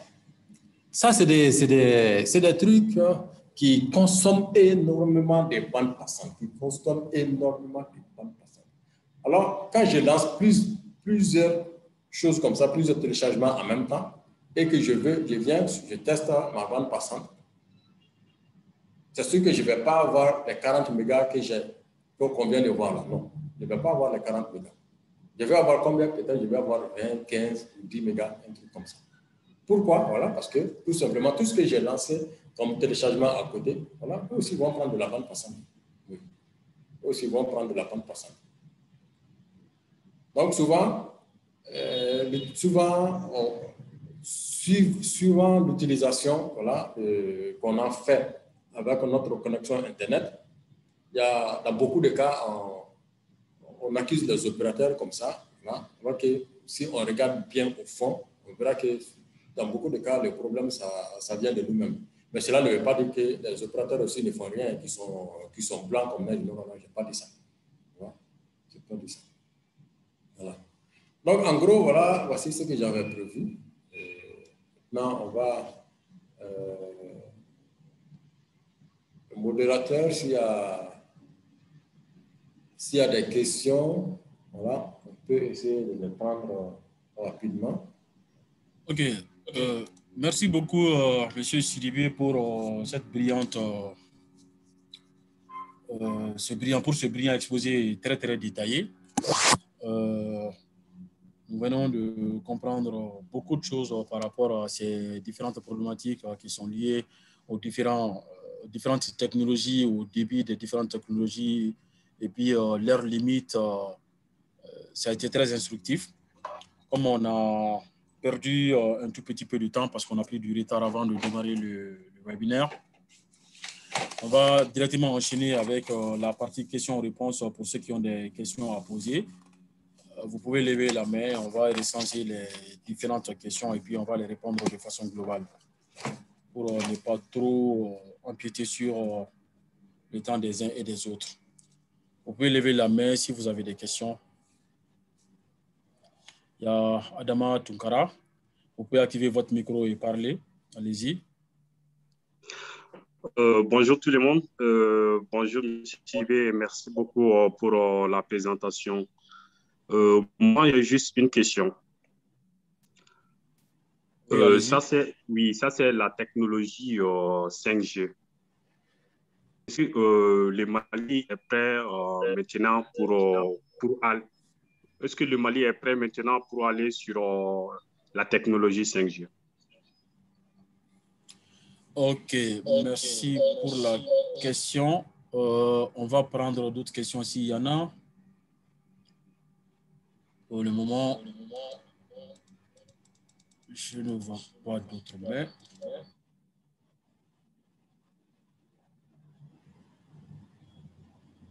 Parole à M. Sidibé pour nous apporter des éclaircissements. Sa question est que est-ce que le Mali aujourd'hui est prêt à accueillir la technologie 5G? Alors, être prêt pour accueillir la technologie 5G, je peux dire oui et non. Je peux dire oui et non. Oui et non, pourquoi? Parce qu'il ne faut pas aussi oublier que voilà, chez les opérateurs, quand même, on regarde avec la 3G, ce n'est pas tout le Mali qui est encore couvert avec la 3G. Encore moins avec la 4G. Et si on vient avec la 5G, parce qu'il ne faut pas oublier aussi les opérateurs, c'est des commerçants. Voilà. Donc, ce n'est pas parce qu'il y a une nouvelle technologie aujourd'hui qui vient de sortir que voilà, les opérateurs vont se ruer là-dessus comme ça pour dire que voilà, on va amener la 5G et tout ça. Non. Parce qu'eux aussi, ils regardent leur rentabilité. Non. Parce que pour quitter, par exemple, la 4G et aller à la 5G, parce qu'il y a de l'investissement à faire. Voilà, il y a de l'investissement à faire. Voilà, peut-être qu'il faut implémenter des antennes 5G, tout ça. Voilà. Changer carrément de technologie. Voilà. Maintenant, est-ce que au jour d'aujourd'hui, changer de technologie comme ça de la 3G, non, je dis 3G, de la 4G aller à la 5G pour les opérateurs, est-ce que c'est rentable pour eux? Bon, c'est eux-mêmes qui savent ça. Voilà. Et quand même, c'est sûr que si ce n'est pas rentable, parce que c'est cette étude-là qu'eux aussi ils font. Parce que si on voit que même il y a des coins, ou sinon des endroits, encore des villages, encore qui ne sont pas encore connectés, qui entendent parler d'Internet, mais qui ne savent même pas encore Internet ça veut dire quoi. Nous, on parle de 3G, on parle de 4G, et aujourd'hui, on parle de 5G, mais il y en a qui ne savent même pas 2G, même ça veut dire quoi. Qui ne savent même pas Internet, là même, ça veut dire quoi. Parce que tout simplement, ce n'est pas arrivé chez eux. Et pourquoi ce n'est pas arrivé chez eux? Parce que l'opérateur, il va tout simplement, voilà, il faut faire une étude de faisabilité, une étude de rentabilité. Voilà, je ne vais pas aller dépasser, par exemple, 10 milliards pour aller faire une infrastructure dans un village où il n'y a que 100 habitants. Voilà, quelle est la rentabilité pour eux? Voilà. C'est la même chose avec la technologie 5G. La technologie est disponible. Voilà, les opérateurs peuvent aller sur ça. Mais est-ce que s'ils vont vers ça, est-ce que ça sera rentable? Ce qu'ils vont dépenser en matière d'équipement, en matière de formation du personnel, tout ça. Voilà, est-ce que ça sera rentable pour eux? C'est sûr que si ce n'est pas rentable pour eux dans l'immédiat, ils ne vont pas aller vers ça. Voilà. C'est les commerçants aussi. Oui, effectivement.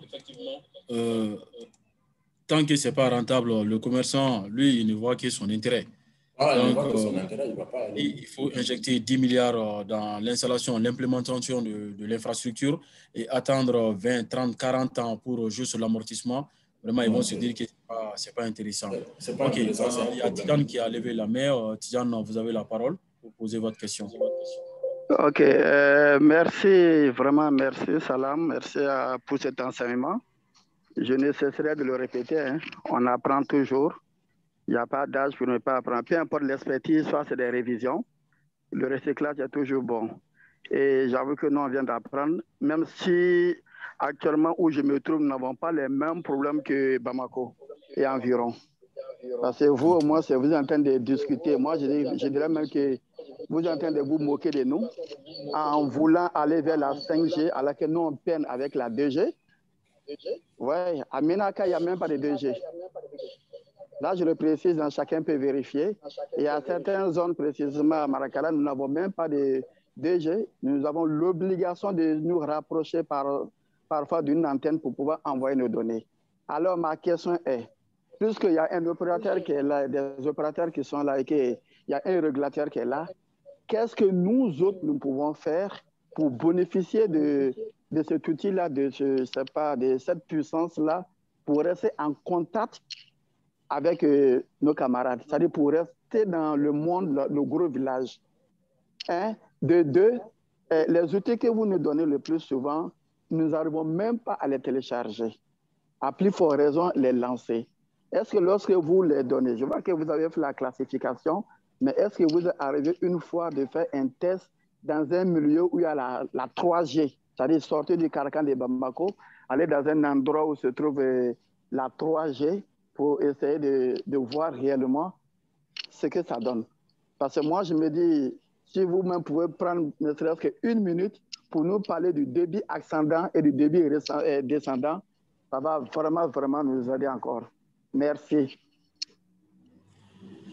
Ok, merci beaucoup, Monsieur Traoré.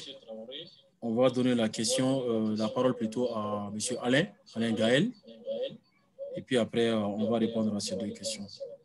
Merci. Bonjour à tous. Bonjour. Ok, c'est Alain Gaël Mosengue à partir du Burundi. Okay. En fait, oui.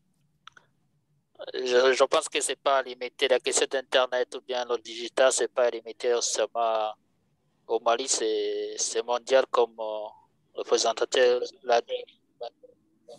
D'abord, merci pour toutes ces connaissances concernant l'Internet et tout ce que je vois que ISOC Mali, il est évolué par rapport à certains ISOC. Donc, ma question, c'est, en fait, on prédit, le présentateur nous a parlé de l'évolution de l'Internet. Mais des fois, on prédit la mort de l'Internet. Des fois, avec qu'il y aura apparition des autres réseaux mondiaux. Qu'est-ce que le présentateur peut nous dire sur cela? Ok. Il n'y a pas d'autres questions? OK, pour le moment, on va essayer de répondre à ces deux questions. Il y a M. Traoré qui a posé je dirais une série de questions. La première, à savoir, qu'est-ce que nous, utilisateurs, on doit faire pour qu'on puisse rester vraiment dans le gros village, comme il a dit. Parce qu'il faut reconnaître que l'Internet, ce n'est pas que Bamako seulement, ce n'est pas que les capitales régionales, mais il y a les villages et puis il y a les fractions, même au fin fond des hameaux, normalement. Notre souhait est que même au fin fond des hameaux, qu'on puisse accéder à Internet. Alors, que faut-il faire pour qu'on puisse tous vraiment être dans le gros village? Ça, c'est la première question. Ensuite, il a posé la question, est-ce qu'il vous est arrivé de faire un test, je dirais d'une manière générale, en dehors de Bamako? Et puis, il souhaiterait avoir des informations par rapport au débit montant et débit ascendant et descendant. Juste un peu d'explication pour nos interlocuteurs.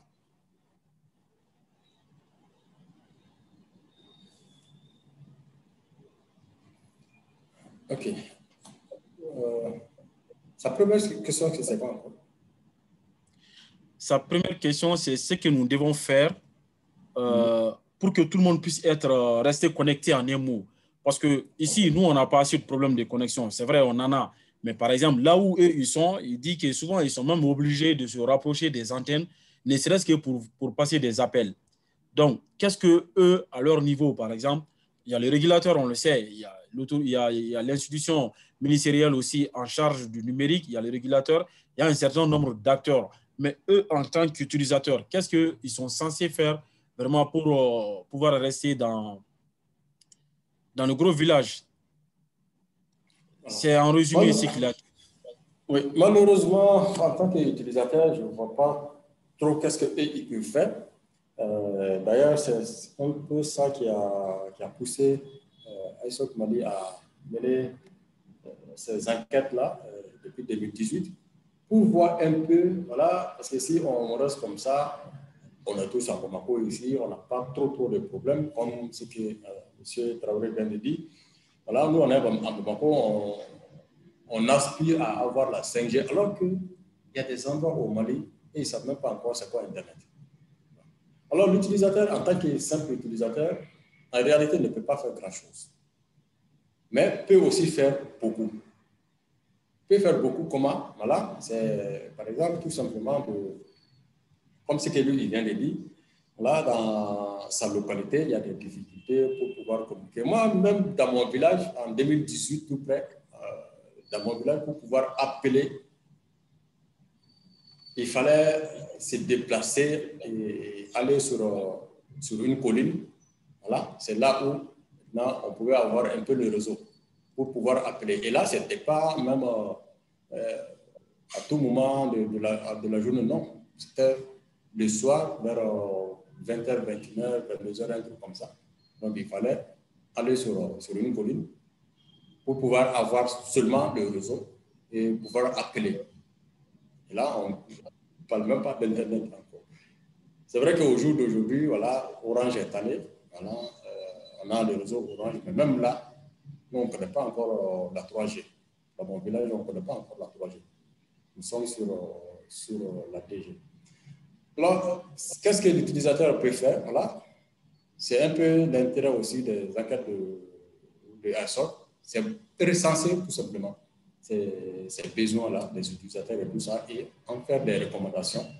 Et maintenant, avec ces recommandations-là, et faire des plaidoyers au niveau du ministère de tutelle, au niveau du régulateur, et surtout qu'il y a une agence au jour d'aujourd'hui qui a vu le jour, voilà, pour connecter ces zones qui sont un peu reculées, où les opérateurs, voilà, en se disant qu'ils n'ont pas trop de rentabilité pour aller dans ces zones-là.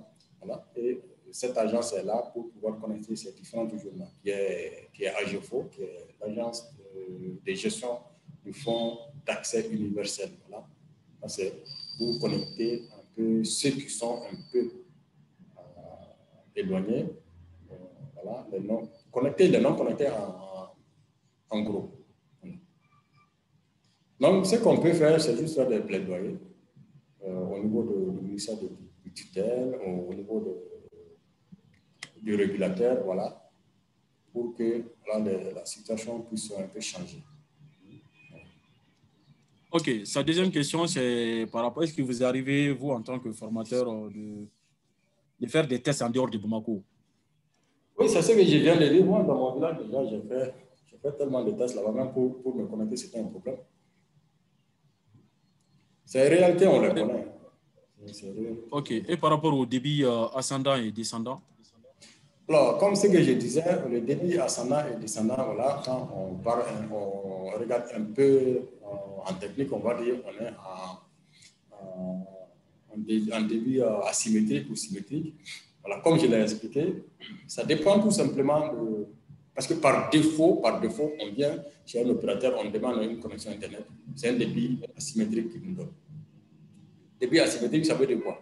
Ça veut dire que ce que je reçois comme débit et ce que, en faisant par exemple des requêtes, en envoyant des requêtes, ce que j'ai comme débit, les deux ne sont pas les mêmes. Donc, ce n'est pas le même. Pourquoi? Parce que l'opérateur se dit tout simplement que voilà, je suis un simple utilisateur. Donc, je n'ai pas besoin, par exemple, d'avoir 50 mégas en débit ascendant. Je n'ai pas de service à fournir, rien. Juste une simple navigation sur Internet comme ça, je n'ai pas besoin de 50 mégas en débit ascendant. Mais en débit descendant, il s'est dit, par exemple, voilà, peut-être que je vais regarder des films sur Internet, peut-être que je vais faire des téléchargements, ainsi de suite, peut-être que je vais faire telle chose. C'est pourquoi, en débit descendant, on a un plus gros débit par rapport à ce qu'on a en débit ascendant. Si on regarde la DSL, par exemple, de l'assoutellement, au début, c'était quoi? C'était en débit descendant, l'assoutellement donnait du 128 kilobits, mais en débit ascendant, c'était du 64 kilobits. Comme je n'ai pas de service à offrir et tout ça, mais c'est des demandes que je fais. Donc, quand je fais des demandes, là, ça veut dire que j'ai besoin de plus de débit, voilà, pour faire mes demandes et tout ça. C'est ça, juste un peu la différence entre débit ascendant et... Non, pas ascendant. Entre débit symétrique et débit asymétrique. Symétrique, ça veut dire que ce que j'ai en débit ascendant, c'est la même chose que j'ai en débit descendant. Et surtout, c'est demandé par des grosses sociétés, voilà, qui ont des services à offrir. Voilà. J'ai par exemple un serveur de messagerie que je mets à la disposition du public. Là, il me faut, parce que beaucoup d'utilisateurs viennent vers ces serveurs-là en simultané et tout ça. Donc, il me faut une bonne bande passante pour pouvoir répondre à toutes ces demandes. Pourquoi avec les grosses sociétés, ils demandent surtout des débits symétriques. Ce que j'ai en descendant, il faut avoir aussi la même chose en ascendant. D'accord. Merci pour ces éclaircissements. Nous avons aussi M. Gaël Alain qui a posé une question. Il dit que certains prédisent déjà la mort de l'Internet. Donc, quelle est votre appréhension là-dessus? Il y a des prédictions par rapport à la mort de l'Internet. Parce qu'il y a la mort de l'Internet. Il peut y avoir d'autres technologies émergent, etc. Donc, qu'est-ce que vous en dites? La mort de l'Internet, c'est ça? Oui. Bon, c'est vrai qu'il y a eu un moment où, c'est vrai, on parlait un peu, est-ce qu'il ne va pas arriver un moment où l'Internet, là, est-ce que même ça ne va pas disparaître, des trucs comme ça. Mais en réalité, quand on regarde de très près, ça m'étonnerait fort. Hein. Ça, c'est mon avis personnel. Ça m'étonnerait fort que, voilà, un jour, on puisse voir un peu la mort de l'Internet comme, voilà. Parce que si on voit un peu l'évolution de tout ce qui se passe aujourd'hui, voilà, même pour demander un certificat, par exemple, de nationalité, un certificat de naissance et tout ça, voilà, tous ces services-là, en réalité, sont en train d'être dématérialisés. Donc, quand ces services sont dématérialisés, et ça va aller où? Ça va aller sur Internet. C'est vrai qu'aujourd'hui, on parle beaucoup de cloud et tout ça, mais ces clouds-là, c'est quoi? C'est rien d'autre que des serveurs qui sont là, voilà, qui sont connectés aussi sur ce même Internet-là. Voilà, c'est juste, c'est pas nuage en tant que nuage de façon directe, non. C'est les serveurs qui sont là aussi. Donc, on dématérialise des services et tout ça, et on les met sur Internet, tout ça, tout simplement. Et maintenant, vous dites que voilà, c'est Internet là, ça va mourir un jour. Peut-être ça peut mourir un jour, mais en tout cas, mais ça ne sera pas maintenant. Ça ne sera pas maintenant. Même dans 100 ans, ce n'est pas sûr. Oui. OK. Merci beaucoup. Il y avait M. Kossi qui avait levé la main. Je ne sais pas s'il est toujours là. Kossi? Allô? Oui. Docteur, bonsoir à tous. Bonsoir à tout le bureau ISOC et bonsoir au présentateur. Merci pour la très belle présentation. Moi, je suis Kossi, je suis du Bénin. Moi, j'apprécie ce genre d'initiative, je voulais le signifier. La qualité de service, un thème résumé, cette présentation autour des concepts de qualité de service dans les réseaux mobiles, c'est un peu ça. Et généralement, il est aussi en harmonie avec une décision prise par le régulateur. Le régulateur définit la qualité attendue du service des opérateurs GSM par zone géographique. Donc, quelqu'un a dit tout à l'heure que dans sa zone, il n'a même pas la 215. C'est possible. Si le régulateur n'a pas trouvé cette zone indispensable en termes de 3G à obtenir par les opérateurs de façon impérative, ils peuvent, à leur niveau, dans le cadre de leur planification, ne pas aller vers là. Mais si le régulateur aux opérateurs par zone des débits spécifiques ou des types de liaisons spécifiques, ils sont obligés de donner suite à cela parce que leur licence en dépend. S'ils ne le font pas, il y a la sanction qui suit. Donc, l'utilisateur, s'il doit envoyer sa requête, ce n'est pas vers l'opérateur, mais c'est plutôt vers le régulateur qui a une matrice de qualité de service pour tout type de service offert au niveau des opérateurs GSM. C'est l'information que je voulais donner à titre additionnel. Merci beaucoup. Merci aussi pour la contribution. Éclaircissement extrêmement important. Ça nous a beaucoup édifié en plus de ce que M. Sidibé nous a appris. Y a-t-il d'autres questions? Est-ce que d'autres personnes souhaiteraient prendre la parole avant qu'on ne boucle cette séance? Apparemment, il n'y a plus de mains. Donc, OK, il y a iPhone de Toumani, je crois. Oui, vous pouvez poser votre question avant qu'on boucle. Bonsoir. Oui, allô, bonsoir. Bonsoir. Bonsoir, monsieur, comment allez-vous? Ça va. Bien. Donc, je remercie le formateur pour la qualité de la formation et les participants. En fait, j'ai une petite question par rapport à la couverture au réseau.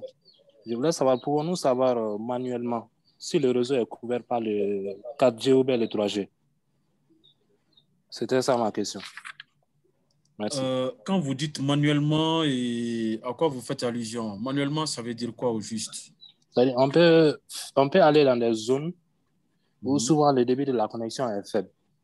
Donc, pour ne pas utiliser la connexion 4G, si on a une connaissance de la couverture réseau de la zone, pour ne pas assez que la connexion soit trop consommative là, donc on peut faire la sélection du mode 3G, quoi. Je ne sais pas si vous relativisez un peu. OK. Sylvie? Lui, sa question, à vrai dire, je n'ai pas trop compris. Hein. Savoir manuellement si c'est couvert en 3G, 4G, je ne sais pas trop. De toute façon, quand on part dans une zone, là, comme je l'ai dit dans la présentation, si au niveau de la zone, il n'y a pas de couverture 4G, le téléphone même bascule automatiquement sur la 3G si c'est la 3G qui est là. S'il n'y a pas de 3G, si c'est du Edge qui est là, ça va basculer automatiquement sur du Edge. Okay. Mais ça, c'est dans le cas où le réseau est automatique. Hein? Oui, dans tous les cas, c'est comme ça. Ok. D'accord.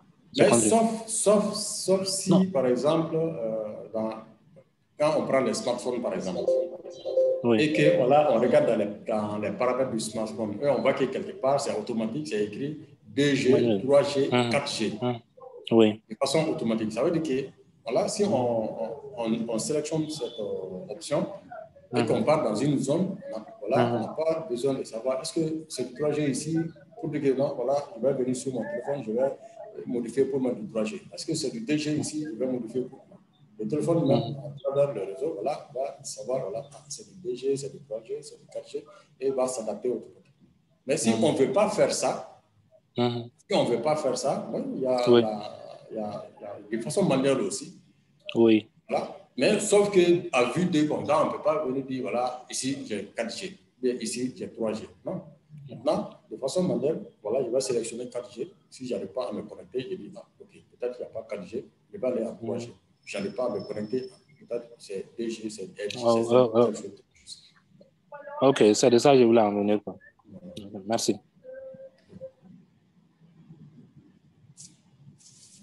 Ok, merci beaucoup. Je crois que nous sommes à terme de cette session. Ça a été très instructive. Nous sommes très heureux vraiment de compter parmi nous aujourd'hui Dr Kossi depuis le Bénin, M. Jean-Gaël depuis, je crois, Burundi, M. Tidjane Traoré, Dr Traoré, qui est un peu au fin fond du Mali, et l'ensemble des auditeurs vraiment qui se sont connectés à cette session. Nous vous disons tous merci. Et Inch'Allah, ce ne serait pas la dernière session sur les problématiques de la mesure. Il y a d'autres sessions que nous allons préparer ensemble. Nous vous souhaitons vraiment un très bon après-midi. Sur ce, nous allons nous arrêter là et pour cette session parce qu'on a déjà pris 2 heures de temps. Les uns et les autres ont beaucoup d'autres occupations. Sur ce, vraiment, merci à tous et on se dit à bientôt. Merci. OK, merci. Bye bye. Merci, Président. Bye bye.